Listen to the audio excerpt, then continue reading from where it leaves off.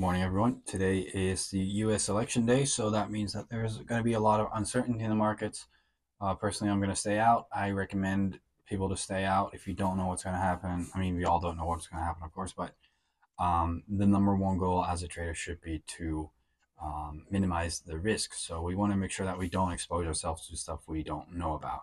So me personally, I'm going to stay out for now, and we'll see what happens. But we're going to do the analysis anyways.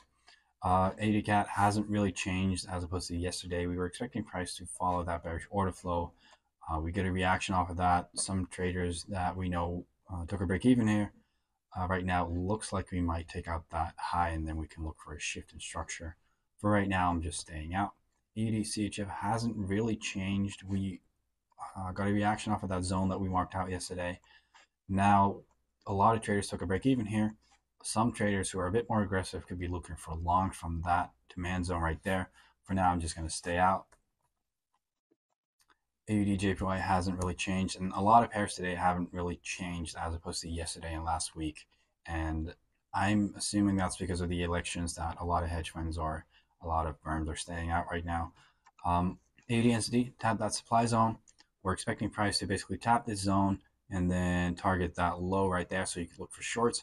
What I am expecting though is this liquidity to be taken. So I would not be surprised if we see price trade higher, take out all of that liquidity, then see a change of character, and then look for shorts down towards that low.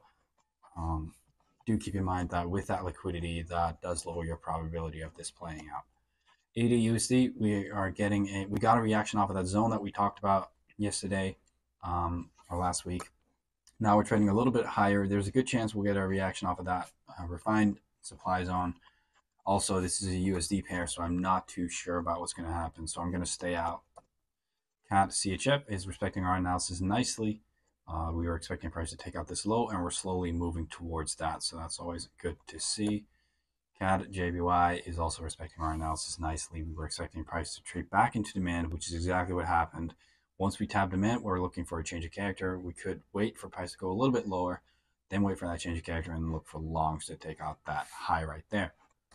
CHF JPY is respecting the more aggressive analysis nicely. I know a lot of traders are in a long position right now on CAD or CHF JPY. You would be in a break even and you would target that high. If you're a bit more conservative, you can wait for price to maybe trade back lower and then look for that longs from that demand zone down there. Euro AUD hasn't changed too much. We're still waiting on that proper change of character. Once we get that proper change of character, we're going to look for longs back into supply and then look for shorts back into the overall demand down here. Euro CAD, kind of the same thing. We're waiting on a clear change of character right now. Once we get that clear change of character, we can look for shorts back into demand. Euro CHF hasn't changed at all. Euro GBP hasn't really changed either. Same with Euro JPY. Euro NZD also really hasn't changed as opposed to yesterday. So if you want to know my analysis for this week, check out yesterday's analysis. But most of these pairs haven't really changed. So we're just going to skip through them. Also, because this week is US election week, so I'm not going to spend too much time on my analysis because there's just a lower probability of my analysis playing out right now. GBP AUD, we're expecting to trade back into demand. That supply zone got respected that we talked about last week. Looking to take out that low, we're looking to trade back into demand. Once we tap demand, we're going to be looking for longs. GBP CAD hasn't really changed either. GBP CHF is playing out nicely, following our analysis nicely. We're expecting price to take out that low. That supply zone that we marked out got liquidated. Now we tapped into that, the overall supply zone.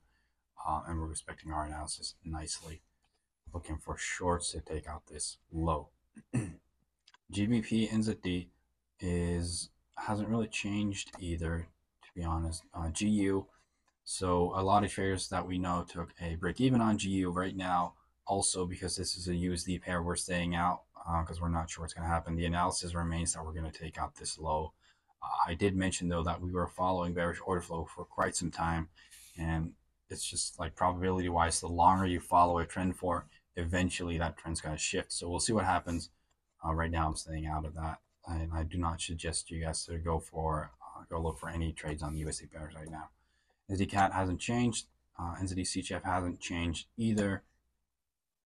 Same with NZD-JPY and NZD-USD is very similar too. Hasn't really changed either. You can tell by the fact that we're kind of moving sideways right now that there's a lot of people staying out right now. They don't want to get involved on the USD pairs. Um, USHEF, we're waiting on that retracement back into supply. Then we're going to be looking for shorts from that supply zone up here. So you could trade longs back into supply, and then once we tap supply, we're going to be looking for longs.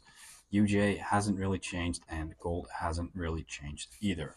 So it's a little bit of a shorter analysis today, but that's mainly because it's election week and there's just a lower probability of our analysis playing out. I'm personally not going to be trading until the results are in because I don't know what's going to happen to the U.S. dollar. So I suggest you guys to stay safe too. Don't take unnecessary risk. Make sure to protect your capital at all times. And hopefully next week we'll have some more clarity.